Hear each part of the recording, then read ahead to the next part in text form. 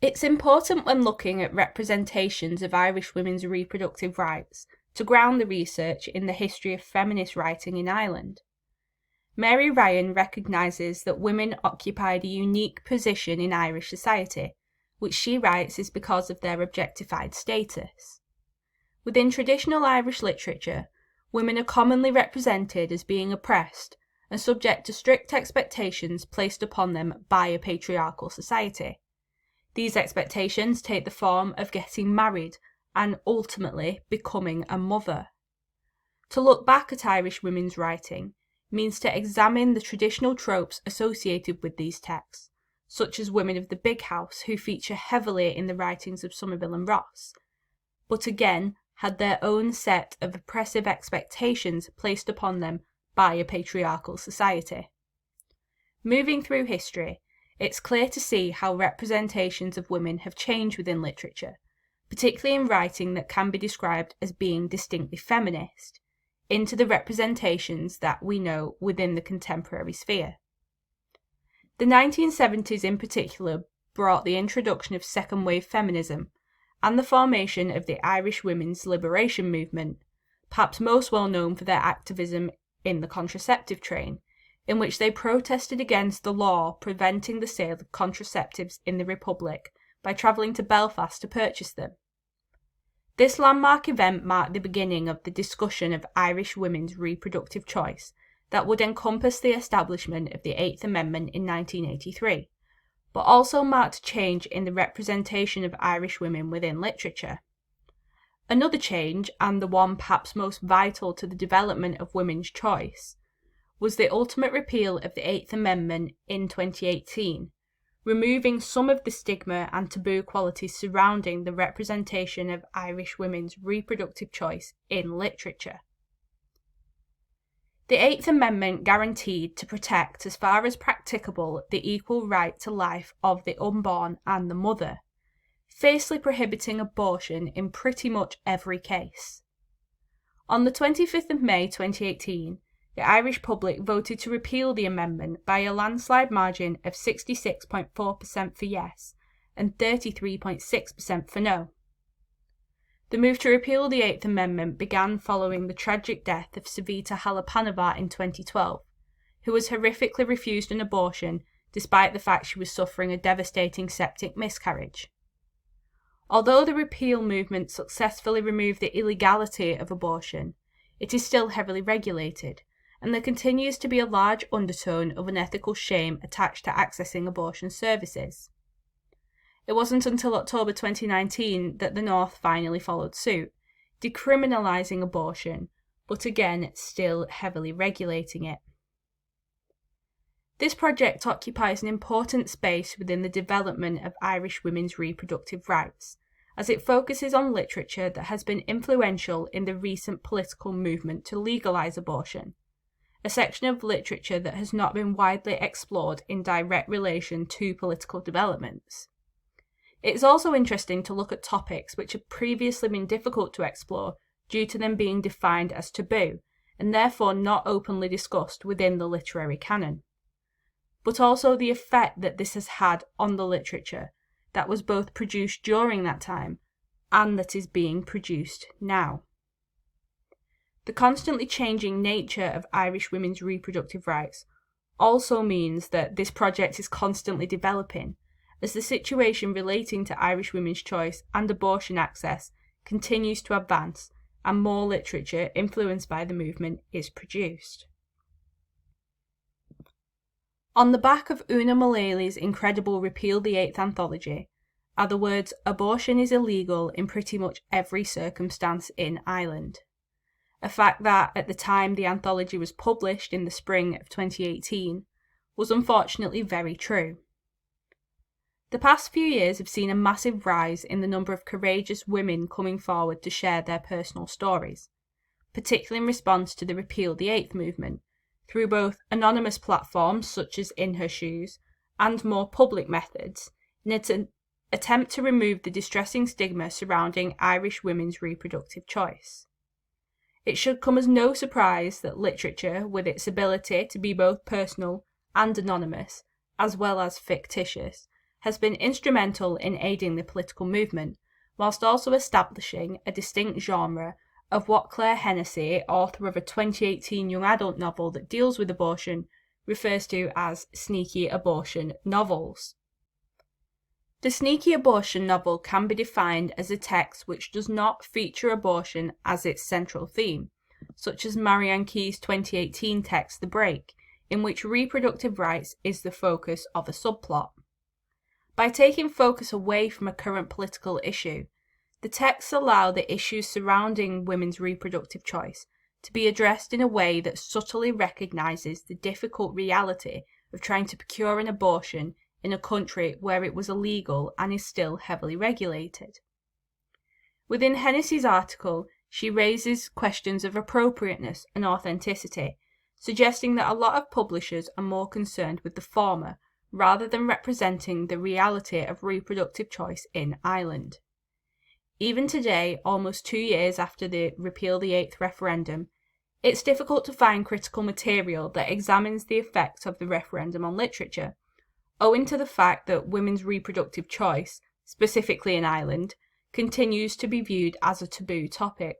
almost too real for fiction. The role of the personal narrative is very much needed here, as it bridges the gap between what is viewed as too real and the political need for testimony, although the effect of sharing personal testimony is often far more meaningful than simply being a method of political gain. Although Jenny Brown's 2019 text Without Apology suggests that the personal narrative was very influential and had a great bearing over exit polls, it represents a development within literature for the female personal narrative, particularly of issues relating to the body. Anne Enright sums this up in The Woman Who Tells Her Story Becomes Every Woman,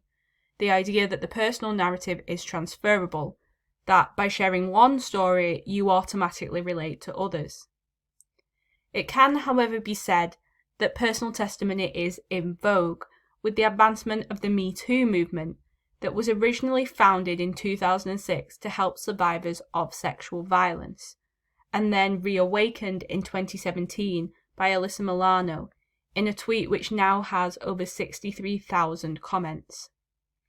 The Me Too movement, much like the In Her Shoes movement in the normalisation of abortion,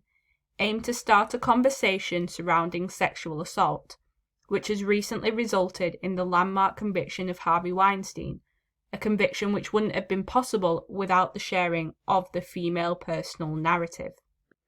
The female personal narrative, in the way it is so inherently personal, is a medium that seems to be all too contested. Books such as Constellations and Notes to Self, both published in 2019, being described as raw simply because readers and reviewers do not know how to react to something that was once kept private for fear of rebuttal. The female personal narrative, also known as women's memoir, can be used as a response to trauma, both texts named above representing examples of personal trauma, such as infertility and cancer.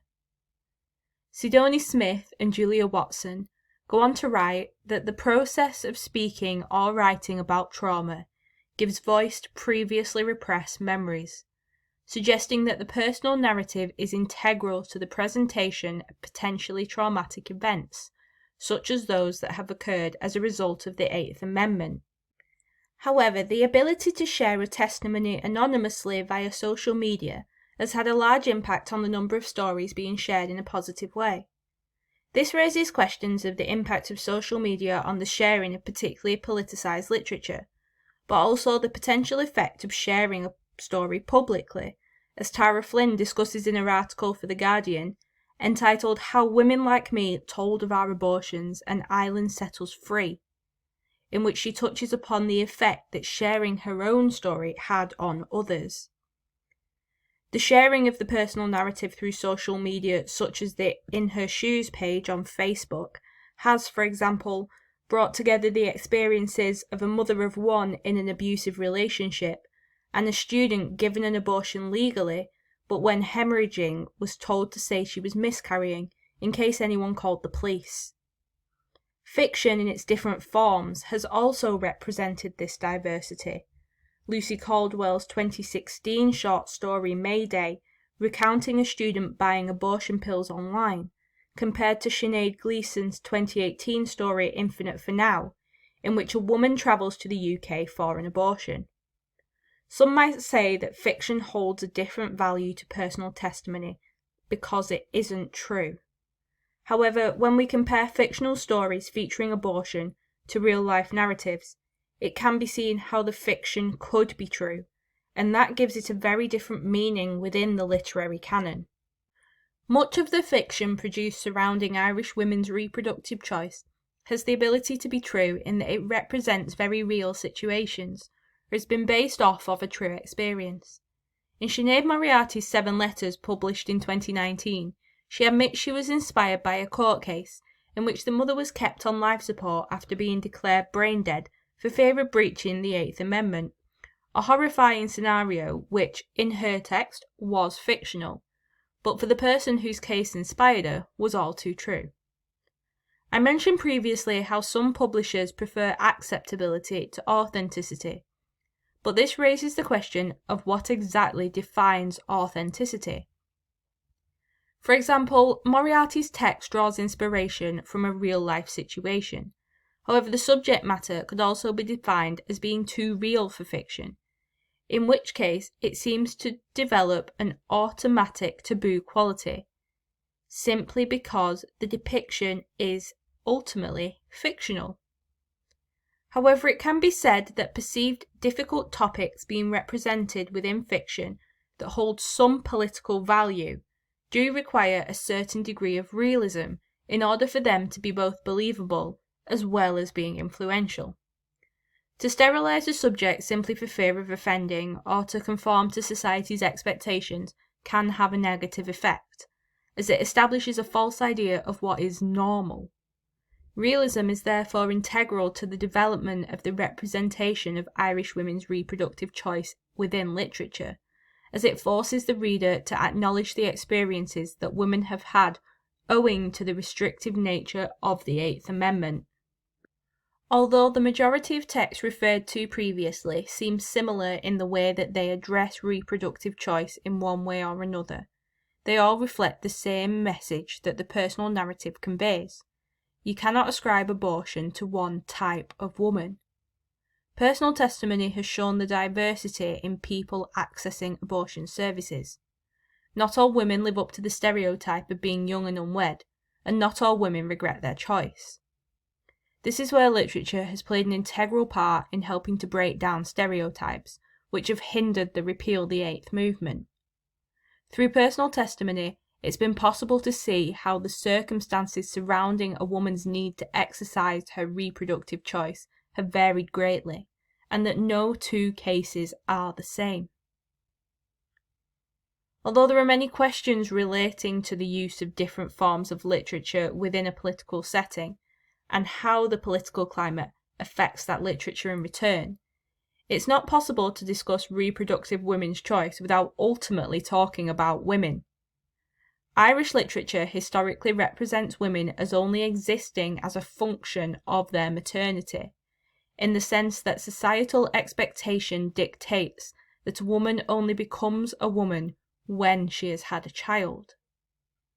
Geraldine Meany writes that the only real effect of the 8th Amendment has been to compromise any general or human constitutional rights which might give precedence to the woman's rights as an individual over her function as a mother,